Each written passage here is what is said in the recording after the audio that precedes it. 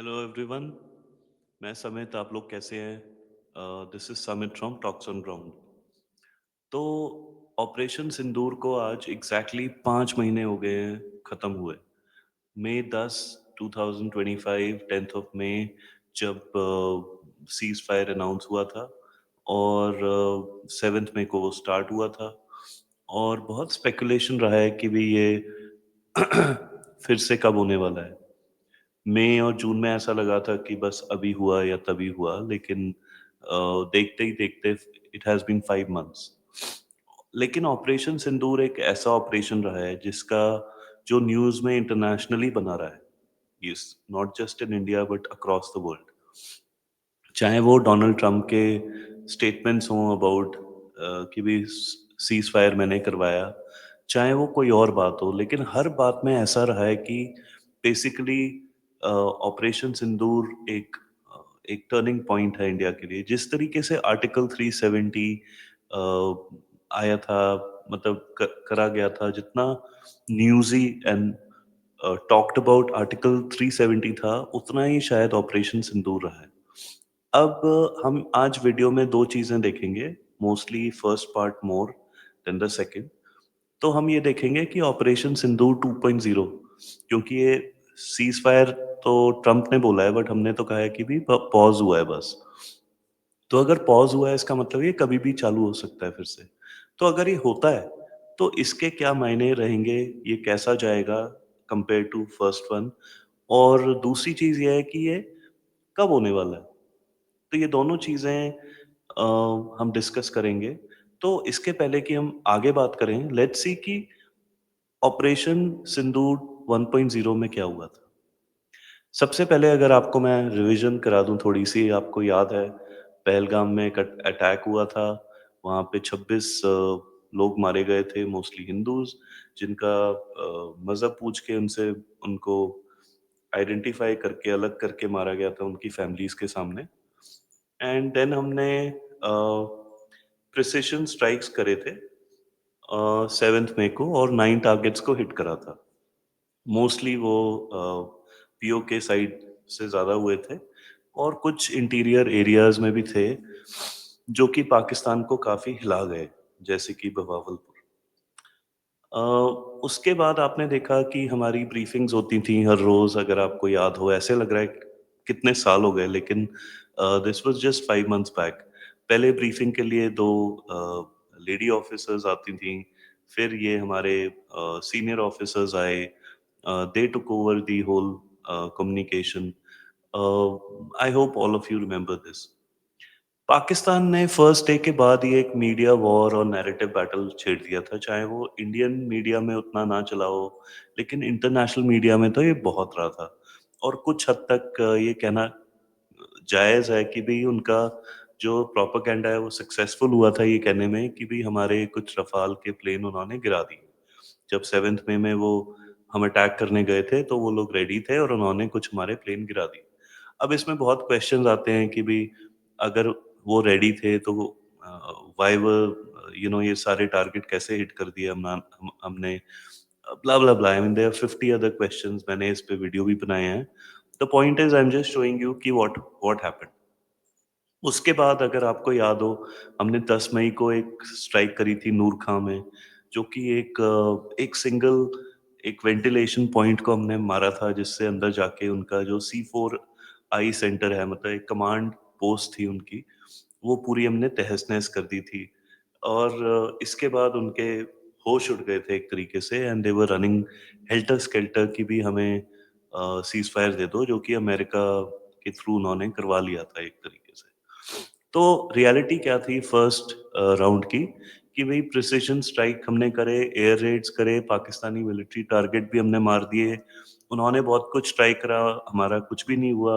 उन्होंने क्लेम करा भी 6 इंडियन एयर फोर्स के प्लेन गिराए हैं। बहुत लोगों ने उसको एक्सेप्ट करा इंटरनेशनली।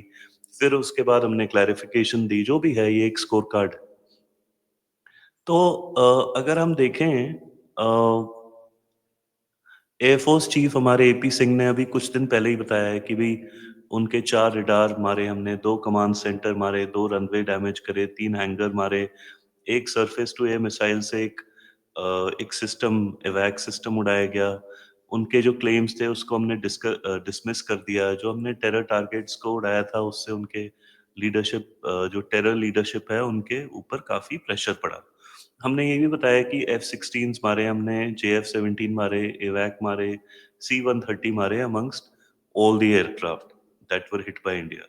तो ये हमने एक ब्यौरा दिया। तो ये तो हुआ था जो फर्स्ट पार्ट में हुआ। अब हमें ये देखना है कि भी सेकंड पार्ट में क्या होगा, ये हमने देख लिया है।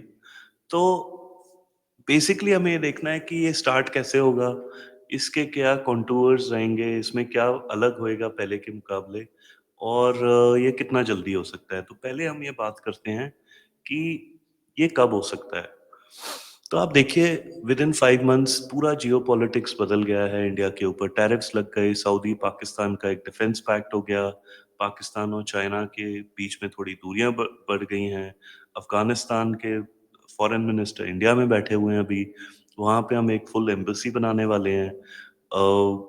नेपाल में सरकार गिर गई है, बांग्लादेश में जो चल रहा है वो चले ही जा रहा है। तो एक पूरा रीजनल आर्किटेक्चर जो है हमारे सिक्योरिटी का वो चेंज हो गया है। इसके इमीडिएटली बाद ईरान के ऊपर स्ट्राइक्स हुई थी और आप देख सकते हो इंडिया, पाकिस्तान और इज़राइल ईरान का जो कॉन्फ्लिक्ट था वो ऑलमोस्ट एक एक दूसरे से अलाइन्ड था इन टर्म्स ऑफ टाइमिंग। तो ये बड़ा इंटरेस्टिंग पार्ट है। और अभी तो खैर गाज़ा वॉर के लिए ट्रंप ने बहुत कुछ ट्राई करा है कि भई सीज़फायर हो जाए। लगता नहीं है कि वो सारे players will agree to it. Anyways given the fact कि ट्रंप ने पाकिस्तान को एक एलिवेटेड प्लेस दे दिया है उनके पत्थर खरीदने के लिए, सॉरी क्रिटिकल मिनरल्स खरीदने के लिए। अब वो असली पत्थर हैं, नकली हैं, वो पाकिस्तान लीडरशिप जानती होगी, वो ट्रम्प जानते होंगे। लेकिन द फैक्ट इज़ कि पाकिस्तान को अभी इस वक़्त पे ऐसा लग रहा होगा कि भई उनके पीछे बहुत लोग खड़े हैं और उसके पहले सिर्फ चाइना था और वो भी एक मिलिट्री पावर की तरह ही खड़ा था, उनकी सारी मिलिट्री इक्विपमेंट चाइनीज़ है। सो दे आर एम्बोल्डेंड। तो द चांसेस कि वो कुछ ऐसा उल्टा-सीधा करेंगे, इसके चांसेस बड़े हाई हो जाते हैं। दूसरी बात, India is looking to hit Pakistan और वो इसलिए है because it is not in our interest कि भई पाकिस्तान को हम एक फ्री हैंड दे दें। जिस तरीके की वो पॉलिसी बना रहा है, चाहे वो सऊदी के साथ पैक्ट की हो, फिर उसने अपने ट्रूप्स भेजने का वादा करा है गाज़ा में। So all of that is fine but the fact is कि उसकी जो पॉलिसी टुवर्ड्स अफ़गानिस्तान है, चाहे ईरान है, almost everything you pick up about Pakistan, you will see कि इंडिया का उसमें एक टकराव है इंडिया पाकिस्तान का। तो ये बहुत लाइकली है कि ये इस महीने नहीं तो अगले महीने तो उसके नेक्स्ट महीने, whatever it is in the next 6 months for sure Sindoor 2.0 होता हुआ हमें सबको दिखता है। और अगर आपको नहीं दिखता तो आपको दिखना चाहिए बिकॉज़ ये if you are following the geopolitics you should know that एक तरीके से इंडिया के लिए अच्छी अपॉर्चुनिटी है। अभी उनका काफ़ी नुकसान हो रखा है और टैरिफ हो सकता है हमारा ट्रेड डील हो जाए अमेरिका के साथ। तो उस मौके का हम फ़ायदा उठा के पाकिस्तानी मिलिट्री को थोड़ा और डिटेरिएट कर देंगे तो it will be easier for us to manage things. This is what I think will be the mindset. So let's go back. तो हम कह रहे हैं कि भई क्या होगा आगे? तो ऑपरेशन सिंदूर 2.0 में सबसे पहले तो मुझे लगता है कि नेवी से स्टार्ट करा जाएगा और एयरफोर्स और आर्मी की बजाय नेवी पहले मैदान में आएगी। वो वैसे भी उतावले हो रखे हैं कि भाई हमें क्यों नहीं मौका दिया गया। मोदी साहब ने वैसे भी बोला है कि भी ओपनिंग बैट्समैन इस बारी नेवी हुई। तो नेवी मतलब कि कराची पोर्ट और ग्वादर पोर्ट और इनके जो सबमरीन्स हैं 2-4, अगर वो चलते हैं या नहीं चलते हैं वो मुझे नहीं पता, बट वो सारे will be under threat. Possibly quick D escalation नहीं होगा। इंडिया अब के जब जाएगा तो ये सारी प्लानिंग करके जाएगा कि भी हम क्विकली बैक ऑफ नहीं करने वाले हैं under any pressure. Muted support होगी चाइना की बिकॉज़ उनका इक्विपमेंट लगा हुआ है, इन्वेस्टमेंट लगा हुआ है and they will want India to be damaged to a certain extent. लेकिन उनका जो फुल सपोर्ट था मई में उतना सपोर्ट हो सकता है, मे बी 20, 30, 40% कम हो जाए, and that will be to India's advantage. जो चाइनीज सैटेलाइट सपोर्ट दे रही थी आपके यूएस की देंगी, सऊदी अरेबिया हो सकता है कुछ और हेल्प कर दे, पैसे में, असले में, whatever. India will be definitely better prepared propaganda wise. इस बार ही हम we were on the back foot, we were taken by surprise. I am hoping कि भी people will be better prepared. अब एक और इसमें हम डालते हैं PL-15। अब ये जो पूरा पाकिस्तान का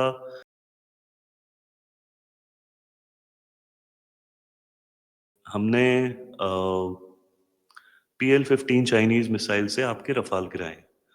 तो for a moment supposing we accept कि भाई हाँ गिराए हैं, तो हमने भी तो PL-15 उनकी करीब 10 तो हमने टीवी पे ही देखी हैं। तो सोचो कितनी हमने ले ली होंगी और कितना हमने रिसर्च करा है उसके ऊपर। सुनने में आया है कि हमने उसके सारे फ्रीक्वेंसी, सारा उसका आर्किटेक्चर समझ लिया है, वो उनको ऐड कर दिया गया है थ्रेट लाइब्रेरीज में, तो मतलब हमारे रडार उसको देखते ही पहचान जाएंगे। ऑफ कोर्स चाइनीज उसमें ट्वीक करेंगे, बट जो आपका डिजाइन होता है उसी के बेसिस पे फ्रीक्वेंसी होती है, तो they can not do that much. तो ये फैक्ट है। अब बाकी अगर हम देखें इसमें, एक और इसमें इंटरेस्टिंग चीज होगी कि टीटीपी और बीएलए, टीटीपी वो है जो पाकिस्तान तालिबान है, बीएलए जो बलूच वाले हैं, हो सकता है वो कोऑर्डिनेट करें इस पर ये अटैक्स। अभी पाकिस्तान की हालत बहुत बुरी है, रोज उनके 25, 30, 50 लोग मिलिट्री के मारे जाते हैं, which is a very unsustainable rate for any army. और ये हो सकता है इस बारी जो हमारे ड्रोन और मिसाइल के डिफेंस सिस्टम है उसको उन्होंने स्टडी करा हो, उसको इवेड करने के लिए बहुत प्लानिंग करी हो सकता है एक आध मिसाइल हमारे ऊपर गिर जाए एक्स्ट्रा। लेकिन इसका ये मतलब नहीं है कि हमारे मतलब हमारा एडवांटेज नहीं रहेगा, हम इनकी बहुत बुरी तरीके से बुझाने वाले हैं। इंडियन आर्मी ने एक नया आर्किटेक्चर बनाया है अपने डिफेंस फोर्सेस का, उसमें रुद्रम और ब्रह्मास्त्र यूनिट बनाए गए हैं और भी हैं। और ये एक तरीके से इंटीग्रेटेड बैटल ग्रुप्स हैं, जो कि ड्रोन भी हैं इनके पास, आर्टिलरी भी है, टैंक भी है, सब कुछ है एक साथ, and they will be under one commander. तो ये बन चुके हैं, और पाकिस्तान फेसिंग तो डेफिनेटली बन चुके हैं, ऑपरेशनल हो चुके हैं। तो इनका यूज अगर हुआ तो हो सकता है हम कुछ इनग्रेस कर दें पाकिस्तान के अंदर। इनग्रेस नहीं भी करा तो जहां पे भी ये एक्टिव होंगे वहां पे बहुत नुकसान करेंगे पाकिस्तान का। फाइनली अगर आप देखोगे इसमें होगा क्या कि एक डिप्लोमेटिक और फाइनेंशियल सपोर्ट मिलेगी इन्हें सऊदी अरेबिया से, अमेरिका से, हो सकता है दो दो तीन और देश इसमें आ जाएं। लेकिन जहां तक जियोपॉलिटिक्स है, अब कल ही चाइना ने अमेरिका के ऊपर एक बहुत बड़ा ट्रेड वॉर छेड़ दिया है। उसकी वजह से मुझे लगता है कि जो पूरा गेम है इस बारी, वो अ, एक सिचुएशन ऐसी आएगी कि वो वेट करेंगे कि क्या इंडिया पीओके में इंग्रेस कर रहा है या नहीं। They will not worry too much about air war और even naval war. They will worry about a ground invasion. और ग्राउंड इन्वेजन अगर होता है तो वो चाहेंगे कि ये यूक्रेन रशिया कॉन्फ्लिक्ट या गाजा जैसा कॉन्फ्लिक्ट बन जाए, और इंडिया ऐसा नहीं करेगा। Obviously it is not in our interest, और वो हम नहीं करने वाले हैं। तो मेरे हिसाब से ये बड़ा ही अलग तरीके का वॉर होएगा, और इसमें इंडिया इनोवेट करेगा। और पाकिस्तान जिसकी बहुत बुरी हालत है इस टाइम पे, और अगर उन्होंने अपने और सोल्जर्स गाजा और यमन भेज दिए तो उनकी आर्मी भी वीक हो जाएगी। उनकी air force is already suffering, navy has received some new submarines and crafts and so on, लेकिन Indian navy is the strongest force against Pakistan. जो डिफरेंशियल है सबसे ज्यादा नेवी का है। तो अगर नेवी ने अटैक करता करा इंडिया की तरफ से, तो जो टारगेट होगा वो बलूचिस्तान का सदर्न रीजन, मतलब ग्वादर एरिया, और सिंध प्रोविंस होगा, मतलब कि कराची। तो ये जो फ़ोकस एरिया होंगे ये थोड़े से अलग हो जाएँगे और पंजाब के ऊपर जो हमने प्रेशर डाला था, वहाँ से मतलब हो सकता है वो second part of the operation Sindoor 2.0 हो rather than the starting point. तो ये मेरा एक छोटा-सा एनालिसिस है इन टर्म्स ऑफ कि भई क्या होने वाला है ऑपरेशन 2.0 में। किस तरीके से पोज़ीशनिंग होएगी और मीडिया वॉर तो फिर से चलेगा, लेकिन I have a feeling because China India का एक इम्प्रूवमेंट हुआ है रिलेशनशिप में and there could be some more American equipment that Pakistan uses, तो हो सकता है Chinese might not push out too much of propaganda जो उन्होंने करा था। तो इंडिया की सिचुएशन मेरे को इम्प्रूव होते हुए दिखती है from a communication stand point. What do you think? आपको क्या लगता है ऑपरेशन सिंदूर 2.0 कब होने वाला है और अगर होगा तो उसमें पाकिस्तान का क्या हशर होने वाला है एंड इंडिया क्या उसमें स्ट्रैटेजी यूज कर सकता है, उसमें क्या कैसे ऐसे क्या-क्या ऐसी चीज़ें हैं जो नहीं हो सकती हैं और जो ऑपरेशन 1.0 में नहीं हुई थी? तो आप ये सारे कमेंट्स मुझे बताइए, भेजिए यहाँ पे and if you like the video please like it, subscribe to the channel and share this with your families and friends. This was Sumit from Talks on Ground. Bye-bye.